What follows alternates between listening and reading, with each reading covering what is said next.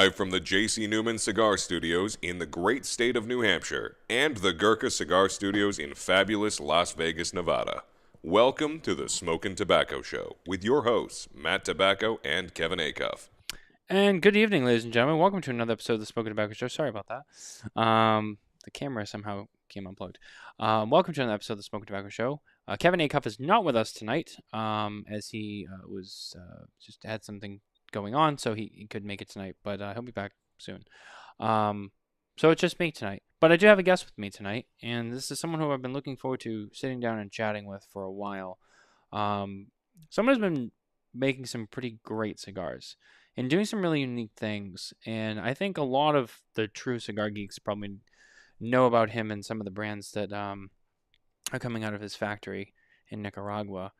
But if you don't, you should definitely tune in and pay attention and try some of the cigars that they're making, because I think that you'll be quite impressed, if I don't say so myself.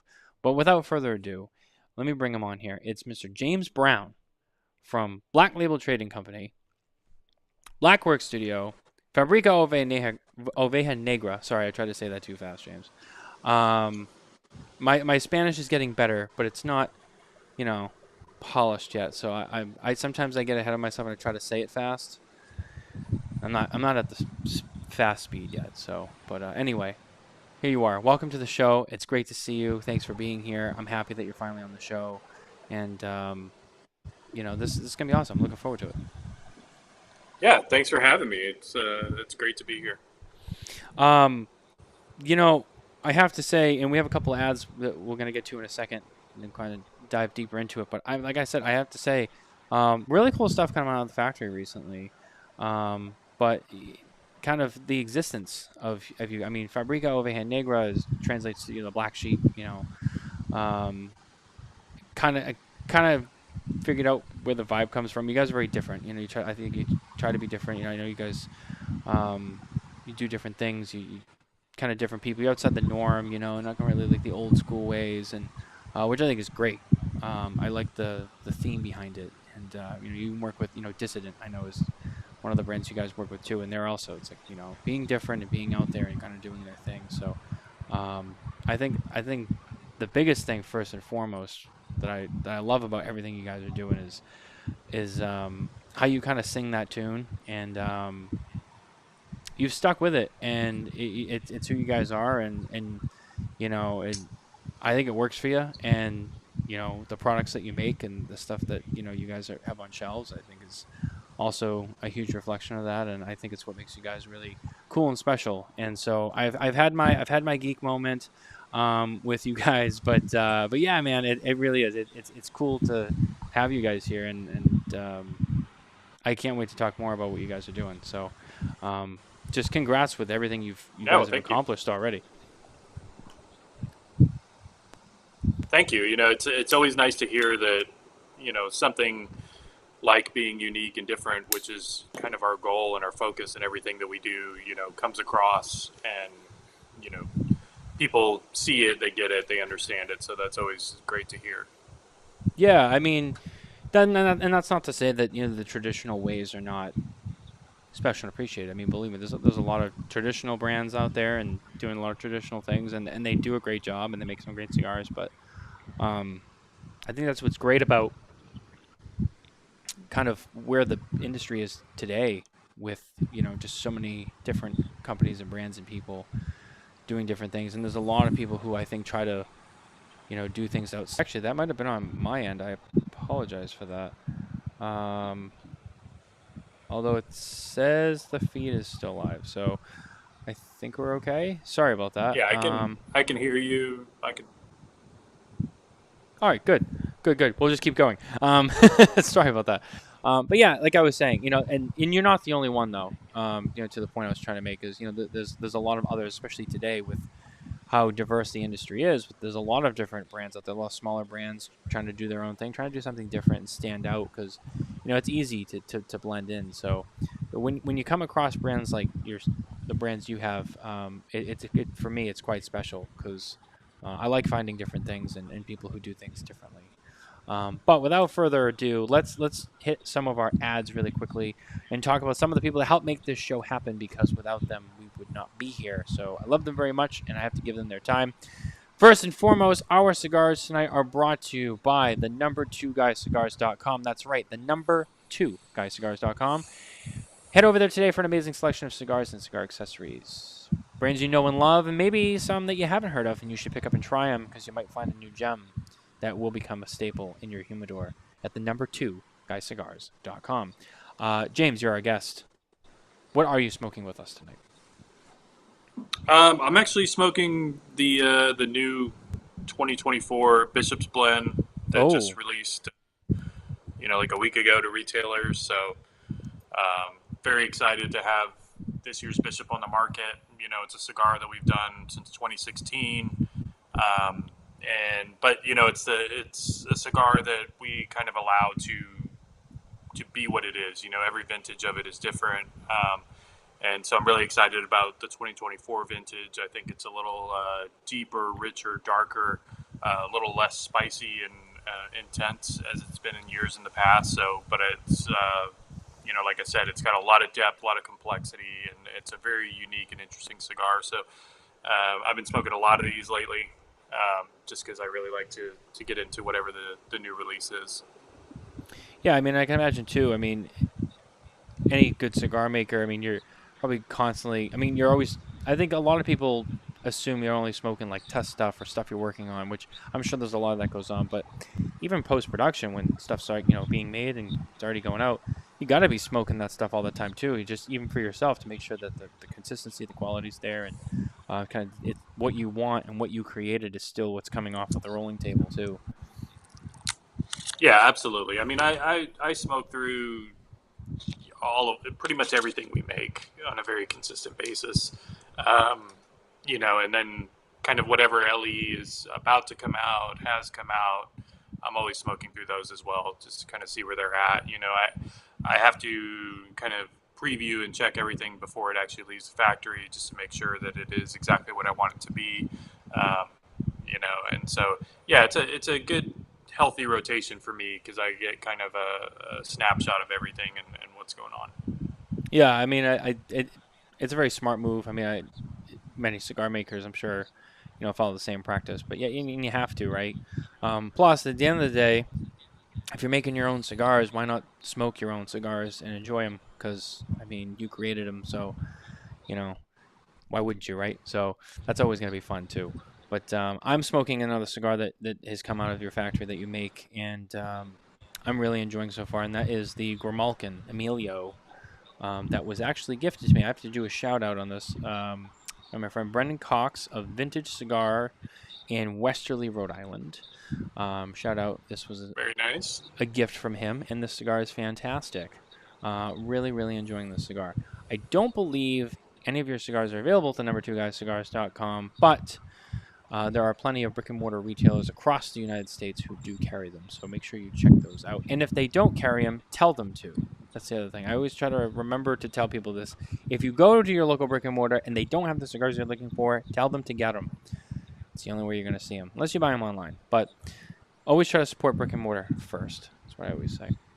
And as always, cutting and lighting our cigars, we have nothing but the best. That's right. ST Dupont, Shake Up the Legacy, featuring the new Fluo collection in the matte black, bright orange trigger. They come in several different variations with the color on the side there. All of them in the flat black, in multiple pieces of the collection. Head over to stdupont.com today to check them out and ask your local retailer for ST Dupont products. I promise you won't be disappointed. You may pay a little bit more, but they will last you a lifetime. So definitely, if you're a regular smoker, it's nice to have stuff that's going to last. So, James, I wanted to take a step back for a second, since you're here.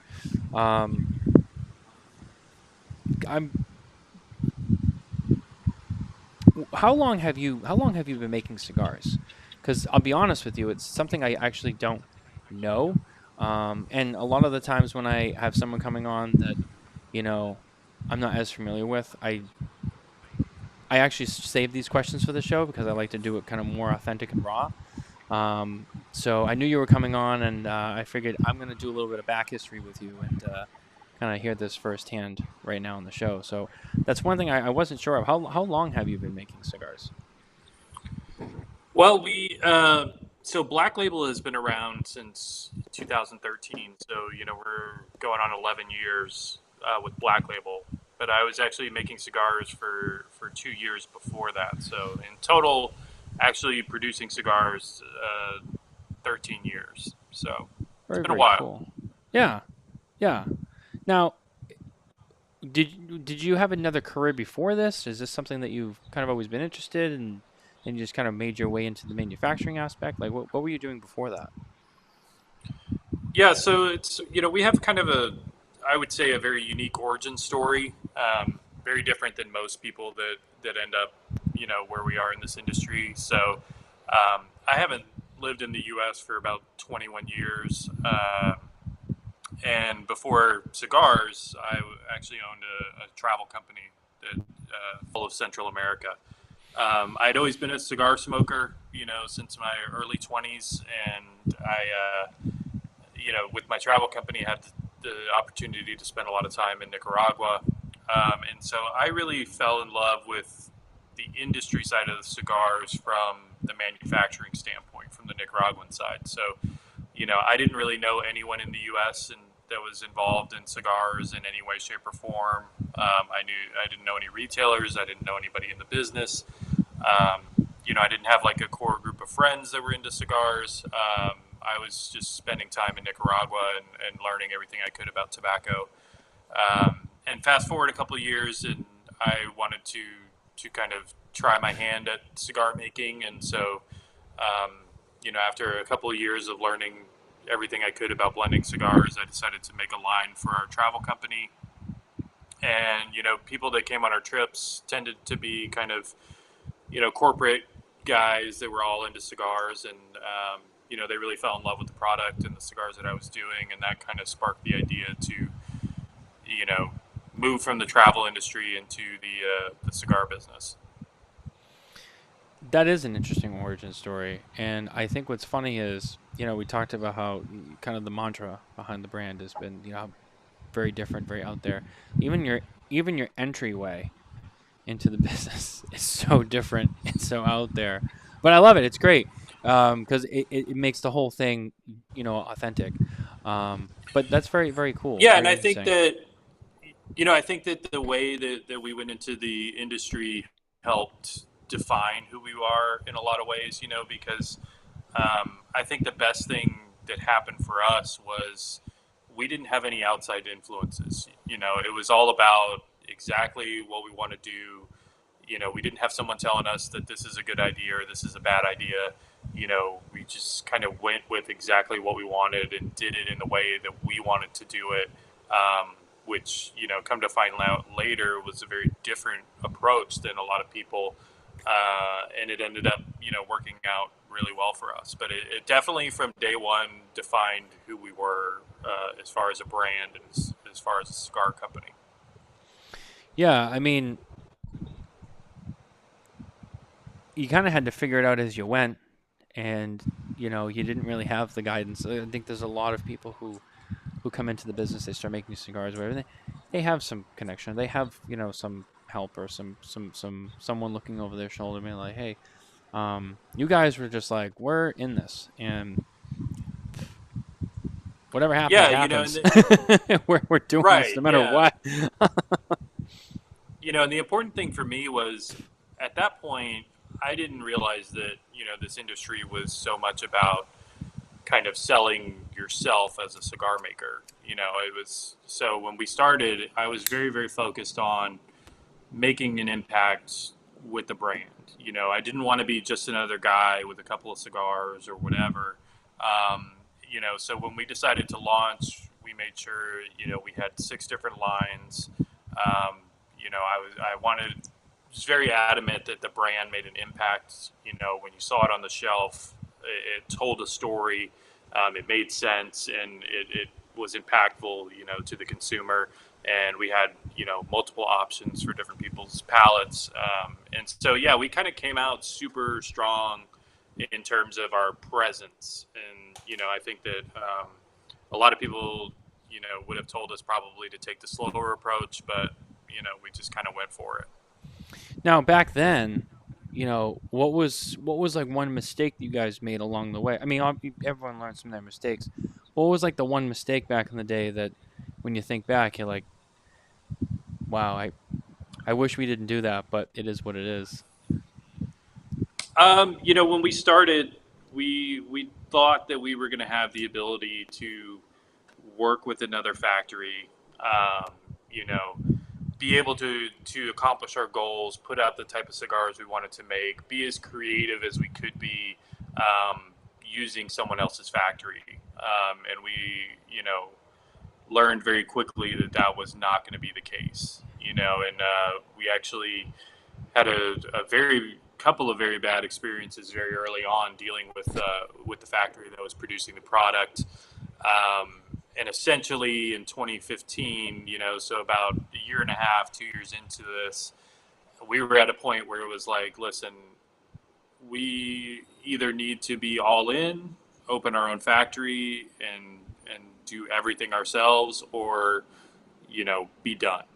And from a brand standpoint, from a financial standpoint, from a dedication standpoint, being that early in didn't make a lot of sense to go all in on a factory. But once again, we just kind of did it, and opened Oveja Negra in 2015, and the rest is history. So You went for it. You rolled the dice. yeah, what do you got to lose? I know. That's what I love about it. You're like, fuck it, we're doing it. And Yeah. like you said, the rest is history. I mean, you made it. You're here. You are. And fast forward to today, now you're here and you're making great cigars, and you're doing it your way, and you have full control, and the manufacturing aspect, which, as you said, you get a lot more, creative freedom. And I think that's definitely something that specifically to your brand, is obviously one of the more important things for you. So having your own factory just flat out makes a lot of sense. One of the things I wanted to ask you was, what was some of your influence in, making cigar? I mean, I know that you said you didn't have any connections, you have any friends, retailers or whatever, but as a cigar smoker previously and now as a cigar maker yourself, what's been your biggest influence in what you create, and kind of when you get into that process of like, when you come up with an idea or you go into, start a new project and you're like, I want to, create this or this, what are some of the things that come to mind for you, that really help influence that? For me, what inspired me very early on, and what really kind of got me wanting to do any of this, was as a cigar smoker and going to the States occasionally. I didn't live in the US, but I would buy cigars, whatever. When I started spending time in Nicaragua and was able to be in factories, smoke raw tobacco, burritos, and trying tobaccos from all the different regions, and not only Nicaragua but Honduras as well, I found that there was a real disconnect between the tobacco I was smoking in Nicaragua and the finished product that I was getting in the U.S. And what I mean by that is, I felt like cigars that I was smoking felt a little bit monotonous to me, and it felt like it didn't highlight what I loved about Nicaraguan tobacco, which was kind of this gritty, raw intensity that it had, this boldness, this complexity.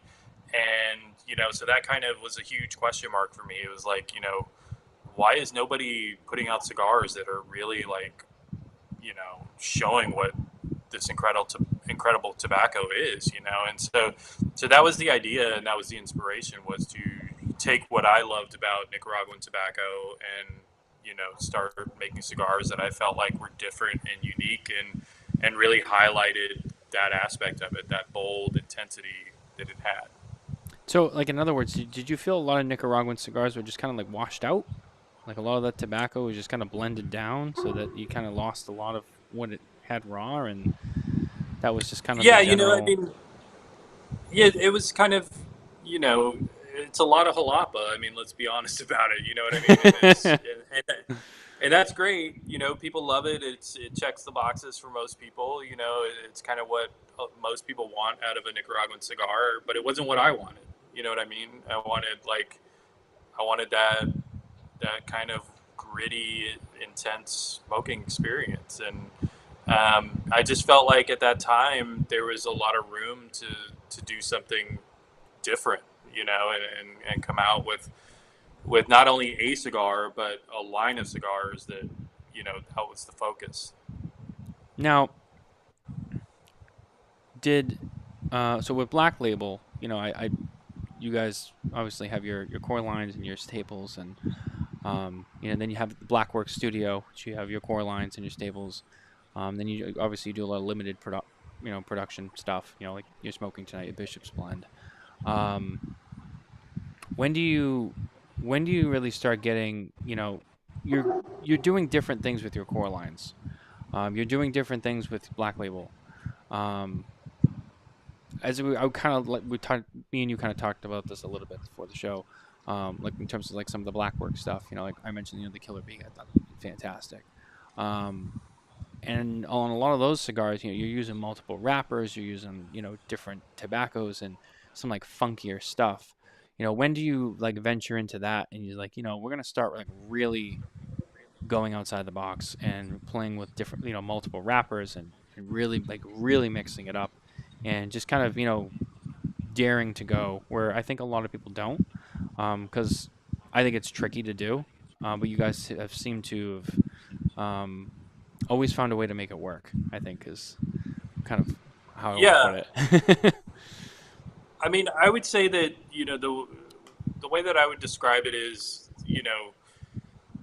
Black Label for us, if we're going to kind of define the two different companies, Black Label for us is kind of what we would consider, for lack of a better term, more of our mainstream cigars, right? Like, so Right. it's kind of, Vitola wise, things like that. Profile wise, you kind of have a lot of variety for a lot of different people.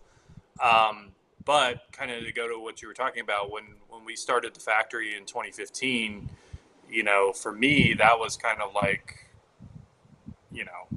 the studio's open. You know what I mean? Like, Right. and we treat our factory very much as an art studio, and that's kind of where Blackwork Studios came from, was this idea of doing cigars that were, very much focused around the artisanal qualities of cigar making. Like, can we do this? Can we put lines like this? Can we do the caps like that? Just experimenting and playing with a lot of ideas and seeing what came of it. And when you look at Blackworks as a whole, we do very limited Vitola sizes. Most of those sizes, I would say, are more geared towards kind of cigar nerds or cigar enthusiasts. There's not a lot of kind of generic Vitolas in there. So yeah, that's kind of, for me, is when we opened the factory, it was like, okay, we have no boundaries here. Like, let's start getting weird and interesting and see what we can come up with. Now, I know that you talked about, briefly ago, a lot of the tobacco being, jalapa, which, yeah, a lot of people use and a lot of people like, and it's very popular. Sure, you like to work with a lot of other tobaccos as well. What is a tobacco that maybe you've worked with, maybe you haven't worked with enough that you wish you did more with, or you wish you could get more out of? Is there a tobacco that is kind of outside the norm that's special to you that you like to work with, but maybe you just can't use it all the time? Yeah, I mean, I would say, especially when it comes to wrappers, there's a lot of wrapper leaf in the world that's very difficult to come by. Cameroon from Cameroon is one of those, like, really good, high quality Cameroon. We've been fortunate to be able to do two limited production cigars with that wrapper, which was the Hyena and then the Swarm and the Killer Bee line. But it's something that we can't get a hold of very often. And also, Brazilian tobaccos. There's a lot of really interesting Brazilian wrapper leaves and also filler tobaccos that just you don't see a lot of in Nicaragua, and they're very difficult to come by. There's a very small amount that comes into the country, and they kind of get snatched up, and So it can kind of be that way with a lot of different tobaccos, but I would say those two specifically. Now, you guys don't grow any of your own tobacco, right? Correct. Yeah, we don't. So so the other aspect too is, when you're doing this, you also have to take into consideration, what can you get your hands on, what can you buy, what's it going to cost you, etc. I mean, does that oftentimes complicate kind of what you're trying to do, or kind of put a roadblock because maybe you can't get a certain tobacco, or maybe it's just too much money for when it's all said and done, the cigar's going to cost more than you want it to be. You know, having your own factory, you have control there, but is buying the tobacco, do you find that a very tricky part of the process, or is it maybe not as hard as some would think? I would say for us now, where we are after being in the manufacturing side for 10 years, it's much easier than it used to be. When we first started, there was a lot of hurdles and hoops. But no, we're pretty well established now, and for us, this is kind of what we use to kind of differentiate our business in terms of core line products versus limited release products. Core line products they have to be produced with tobaccos that we can get all day every day. We're never going to be out of because we produce those cigars in much larger quantities. And a lot of the limited release stuff, a lot of them can actually, the idea behind the cigar or the concept can be some interesting tobacco that we only get very little of, that we can only do a limited run with. So we kind of have both worlds going on at the same time. Yeah, I always like asking that question, because everyone kind of has a different answer, and I think it does. It depends on what they're doing, what their business model's like, and kind of what kind of products they have. I talk to a lot of people now that talking about the price of tobacco going up, and that could put a damper on production because of several different factors, cost of the final product, and price points they're trying to be at, or just the quality of tobaccos. Maybe they can't get enough at a certain quality that they like for what they're trying to do. And obviously you have the guys that grow their own tobacco, so they kind of don't have as much of that issue because they have more control and they make their own stuff. But specifically with the brands who kind of rely on sourcing tobacco, which I think even the biggest guys, I think obviously everyone buys tobacco at some capacity. Right. But obviously some do it more than others. I always find that very interesting, to hear what people say, because it is such a big part of, I think, the business that's doesn't get talked about enough, and I think that it obviously has a huge influence on kind of the entire process. So I always find it interesting Yeah. to get insight on that. What now, one of the things I wanted to ask you about, so kind of fast forward, we kind of talked a little bit about the origins and kind of the main parts, but today you guys are cranking out cigars, you guys are doing a great job, winning awards, doing your thing. I would say, from my standpoint, outside looking in, you guys are firing on all cylinders, making it look easy. I know it's not. Where do you strive to be 5-10 years from now? Are there any major plans you have for Oveja Negra and your brands, whatever, or is it kind of just slow and steady, just kind of putting those bricks on the wall one by one, and just kind of letting it happen, slowly over time? Well, I would say that from the beginning, when we started, we've always taken the stance of kind of growing at the pace that we need to grow at, and keeping things very organic in terms of that growth. And that's kind of the path that we've been on. It's the path that we're on right now. We've been very fortunate that the brands have all continued to grow over the last 10 years, and the place we're at right now is a place that I didn't necessarily anticipate us being in back when we started. So it's great and it's also very humbling to be where we are today. It's awesome.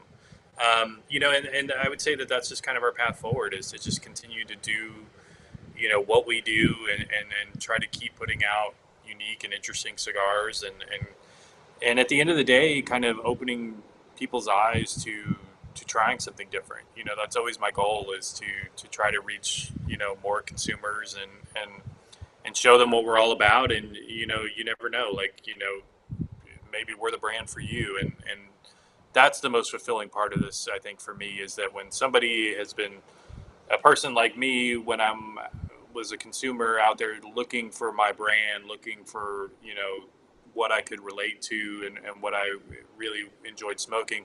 When we become that for somebody, I think that's like the most fulfilling part of this. You know what I mean? Because that kind of changes someone's entire outlook on cigars and the cigar culture, and what it's all about. When they find their comfort zone, and what makes them happy, that's really what I love. So we're going to continue to just kind of keep trucking along and doing that. Now, I know you guys obviously you work with Dissident, but you don't own the Dissident brand. And just refresh my memory, is there anyone else that you manufacture, work with, / that you don't own in the factory?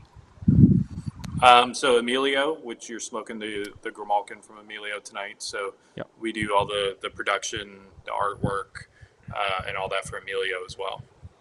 Now, are there any other brands that you are maybe looking to bring into the factory or work with, or are you even open to bringing more into the factory, or do you think kind of operate?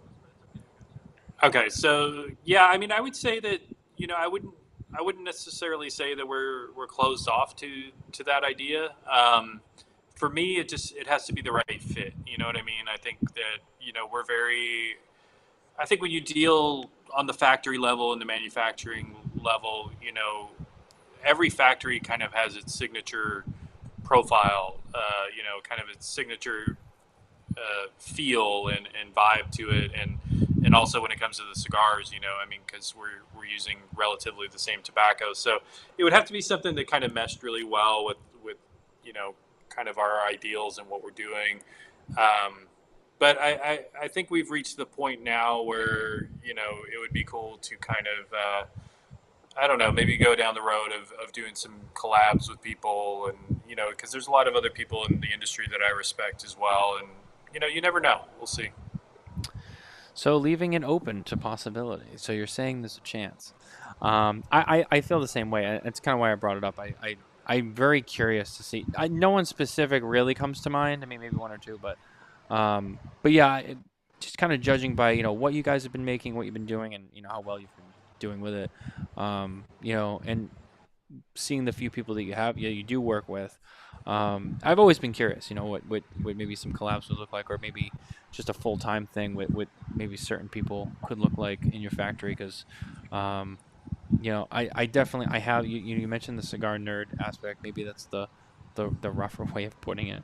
But yeah, it's definitely me, man. I mean, I love it. And I think about, I think about it, I think more than most people do, and crazy ideas and Yeah. shit like that. So I totally get it, as I'm sure you do too. So you start thinking like, oh man, what if so and so did something together? Like, what would that look like? And be like, I can only imagine. And then you start thinking about it, and you get excited about something that's not real, but then you hope that it becomes something someday. Um, but I would say, the Dissident brand, obviously, and um, love talking about them. Look, they're great people, and they make some great cigars, and obviously, they work with you. So, um, you know, Sin's been on the show a couple of times. They think they both have. But yeah, I definitely can see them being a good fit for the factory and kind of what you guys are doing. Their story similar, kind of it blends well together. What's it been like working with them? I mean, I know that they're newer to the industry. Obviously, the brand has been owned by 3 different people now, I think. I Yeah. think it's So 3. yeah, they're the third. Yeah. Um, but it's good. I mean, I would say that they're still kind of very new and fresh to the industry, and still learning a lot. And the brand itself, as you mentioned, has undergone change a couple times. So that's never an easy hurdle to get over. But I think they're doing a good job of getting their vision of what it should be out there, and yeah, it's going well. Yeah, and that's great to hear. I mean, I've been cheering them on, for a while. I knew them a little bit, through social media before they even owned the brand, and I remember when they bought it, I was like, hey, I know them. That's crazy. They bought that brand. And ever since then, I've been cheering them on, and I've been seeing some of the stuff they've been doing and some of their limiteds that I know they've worked on. So, which have been really cool.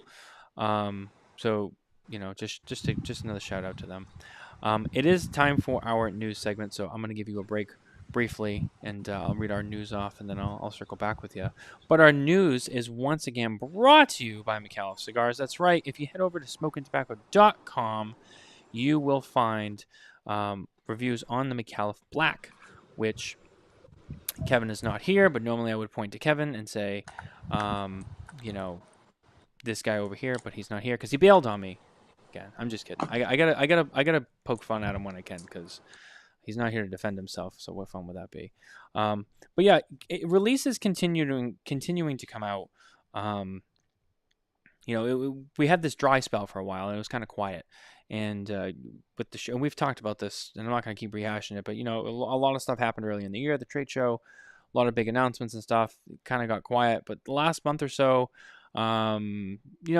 things have been shipping from the show. Some new stuff's been announced. There's been some interesting things that have been going on. Some staff changes.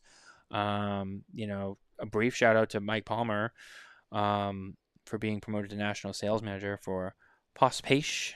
I can't say any of their names right. Postpace. I just got Postania down. I barely got that down. I was still calling it Postani, and Mike yelled at me. I still can't say Mike's last name. And eventually he'll hear this and he'll give me shit for that too. So anyway, I'll read a couple different ones off without really getting into them. Punch has released their Golden Era Lancero, which look for that on store shelves pretty soon. Asylum has shipped their Asylum 12 to 2024. This is something that they've been doing for a while now. Their yearly release, and now the 12 is out and shipping in 2 sizes, 2 retailers across America. They've had a lot. They had their 3 PCA exclusives that have shipped out. Now they have this coming out, and I want to say there's a 5th cigar that they're now releasing too that was announced previously. So everything over at CLE/Asylum, those guys have been busy. All their repackaging, they've had their hands full. Kind of a busy year for them. Don't know if it'll be a big year. We'll have to see how the cigars perform, but busy year. So definitely go and check out all those releases. Cavalier is shipping their 2024 limited edition. That's heading to stores. Ask your retailer for those. Liga Privada Unico Serie Pancetta. If you're not familiar with, this is a 2-store exclusive. It's Barrister Cigars and Wooden Indian. Every year they release the Pancetta, Liga Privada Unico Serie Pancetta, which is a short bellicoso, very meaty. I think we talked about this last week. Those are, I think, currently in pre-sale, and but they'll be available, I think, later next month is when they actually go on sale. But they're taking pre-orders now, so definitely check those out. I've had them the last couple of years. They're pretty good. I'm a Liga Unico smoker. From time to time, I smoke a lot of different things, but that's definitely one of those ones that I love to venture in. And the Pancetta is very unique to that portfolio and to that kind of collection of the cigars within that Unico series. If you're a Liga Privada smoker, you definitely got to check those out. How could you not recommend it, right? But other than that, it's been kind of the same, not too crazy, not too busy. But cigars are coming out. If you're looking for something new, there's definitely some options out there. So once again, our news brought to you by Micallef Cigars. Head over to SmokinTabacco.com for more of the news and updates from the cigar industry. You can read more information about some of the stuff I talked about. But let's go back to James, getting back on the show. James, thanks for being patient with us and hanging in there while I did the news. Sure. It's always nice, because you get a little bit of a break. Everyone, that's like the time I've had people I watch because I can see. I've had people run up and disappear, and then I'm done, and I'm like, where are they? Because they think that they have more time. Not all the time, but sometimes that happens. But getting back to you now, I know one of the last things I wanted to get into, obviously, some of the limited editions that you're currently showcasing. You talked a little bit about the Bishop's Blend that you guys just started shipping. Yeah. And I know that you have some other stuff that you showed off at PCA for limited editions. You want maybe kind of give us a rundown on those and talk about those. Maybe people are not as familiar with those. Yeah, so it's actually been a busy year for us so far. You know, we started the year obviously with PCA being earlier, and we always try to showcase something kind of cool and new at the trade show. So this year we actually did two cigars, one for Black Label called the Orthodox, and one for Blackwork Studios called the Paper Crane. So we've had those cigars in the market since the trade show this year. Bishop's Blend just came out, and then another cigar that we kind of have been talking about for a little while is going to be coming out very soon, which I'm smoking now, is the Coffin Nails. So this is kind of a cool little cigar. The really cool thing for me is I wanted to do something very different with the packaging.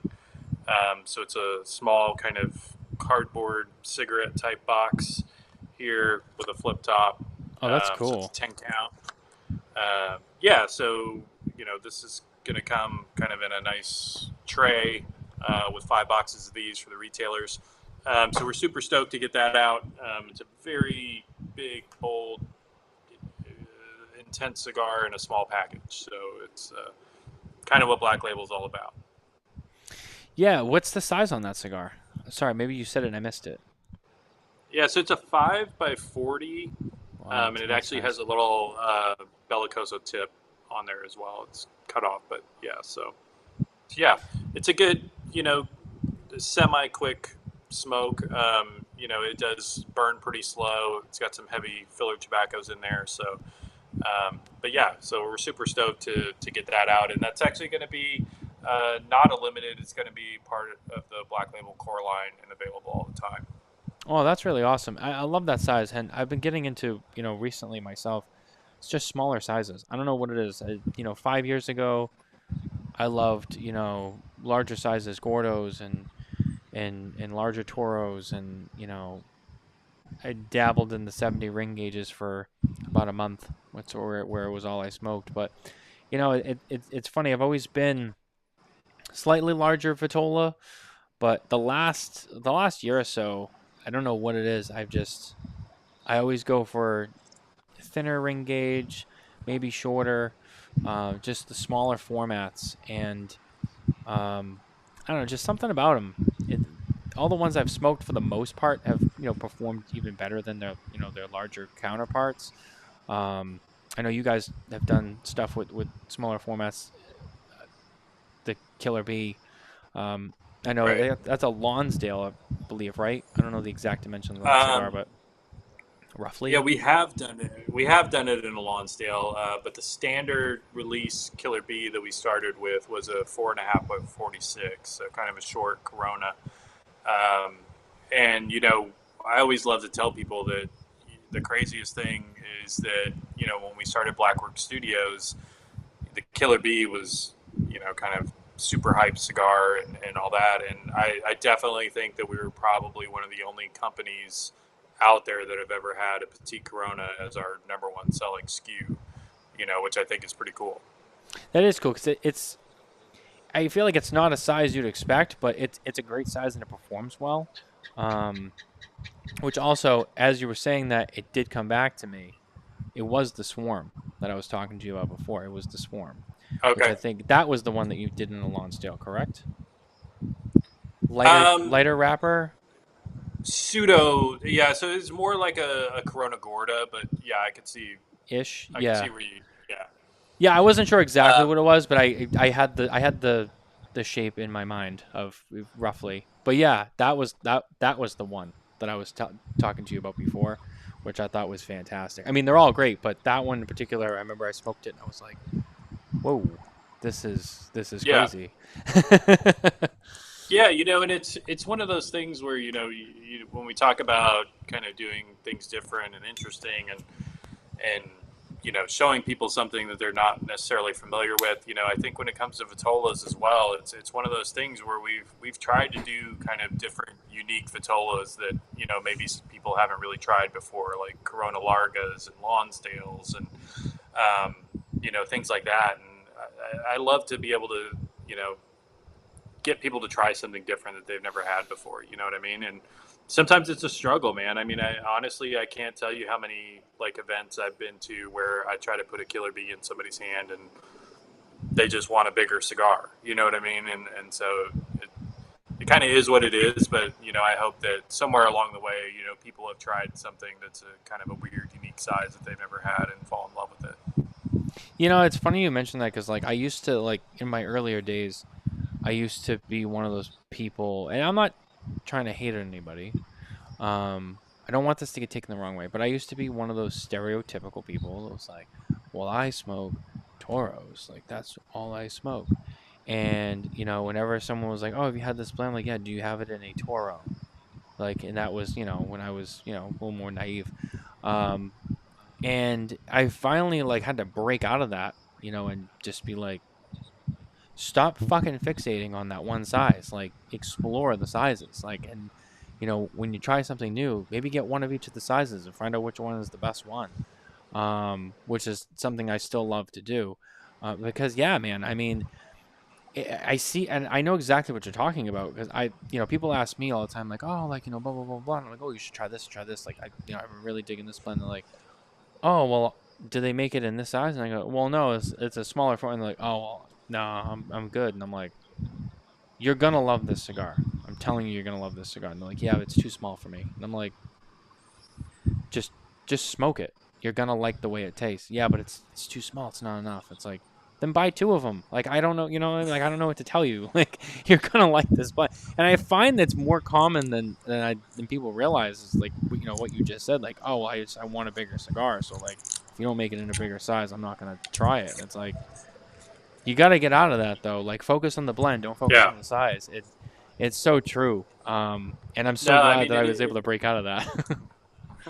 It is. It's one of those things where it's like, I don't know. I mean, I guess, like, for me, I can't really wrap my head around it, but it definitely exists. You know what I mean? Like, it's one of those things that I would love to convince people that, I mean, what's the worst thing that can happen? You know what I mean? You don't like it? Okay, well, you move on and, try something else. But I would just always encourage, people to just try anything. You know what I mean? Just, you never know what you're going to really fall in love with, and it might be your new thing, Now, as someone who's blending cigars and making cigars, and everyone always kind of gives me a different answer. Do you go into it with a size in mind, or do you just start, kind of playing with the tobacco and kind of figure out what size will work the best with what you're trying to get out of it, if that makes sense?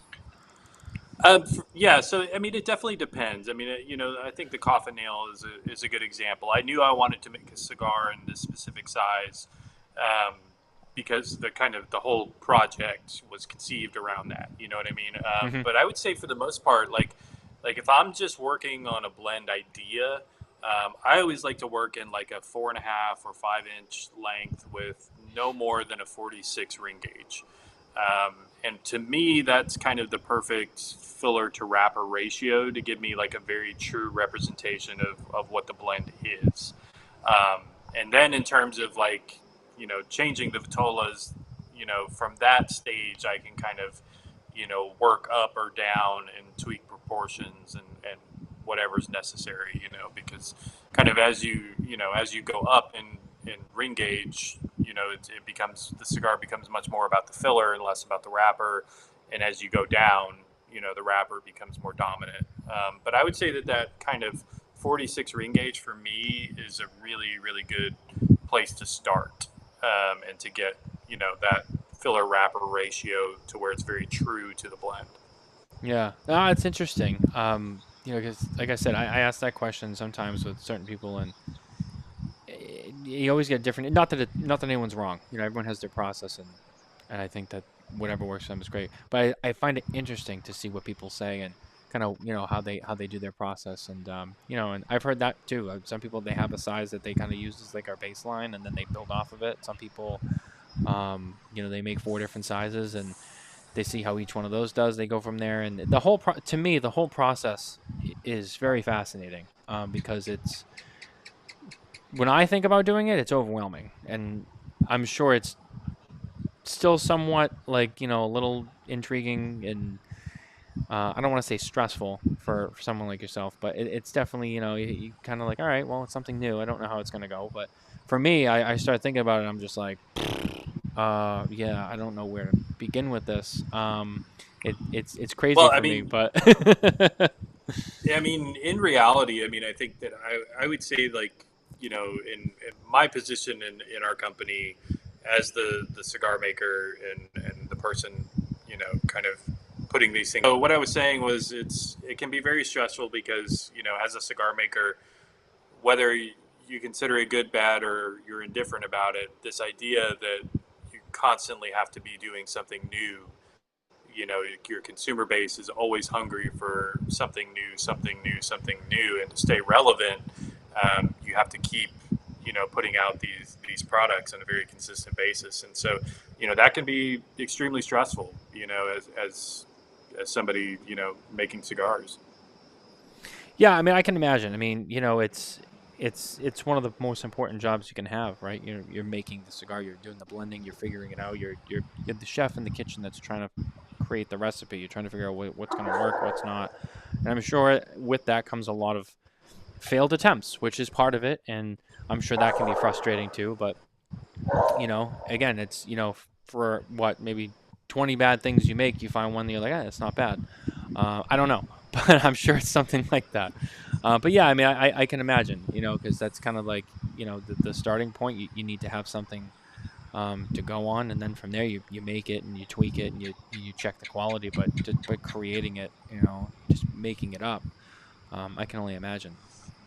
But James, we are getting towards the end of the show, and I just want to say, first of all, before I forget, thank you again for being here, and thank you for just sitting down and talking with me and answering my questions. Just because it's been fun, and I've loved every minute of it, and I've loved everything that you've said. So thank you for being so forthcoming with us tonight. Definitely. Guys, I just want to say thank you very much for being here, watching the show. If you're listening later, watching later, thank you. And if you are, but if you haven't, please subscribe, like, and subscribe on our YouTube channel and everywhere you find your podcasts, wherever you download them from. Doesn't matter where, we're everywhere. As long as you have a place, we're on there. Find us, subscribe. We love you for that. Thank you very much. It's been awesome having James on the show and learning just a little bit more about, you know, what they do at Fabrica Oveja Negra with Black Label, Blackworks, and some of the other brands they work with. It has been great. They all make great cigars. James has been doing a fantastic job. I just want to say that again. You know, Mitchell Santaga, who's part of the Smokin Tabacco team, he had commented earlier. I lost the comments during that last freeze up, but he had said something about you, you know, putting out some bangers. And I couldn't agree more. So it's just an honor to have you on the show. Thank you so much for being here. Guys, check out all of the cigars that James makes. If your local brick and mortar doesn't have it, ask them to bring it in, or ask them, hey, like, where do I get them? Can you order me some? Whatever it is. Find out who the local rep or the broker is, and then harass that person and be like, come to my local store, get James to do an event. I promise you won't be disappointed. So definitely check them out. James, thank you for being here. Great to see you, and can't wait to see you in person. Hopefully at a trade show or an event or something like that coming up. So with that, I'm going to say good night, and we'll see you next week. Take care.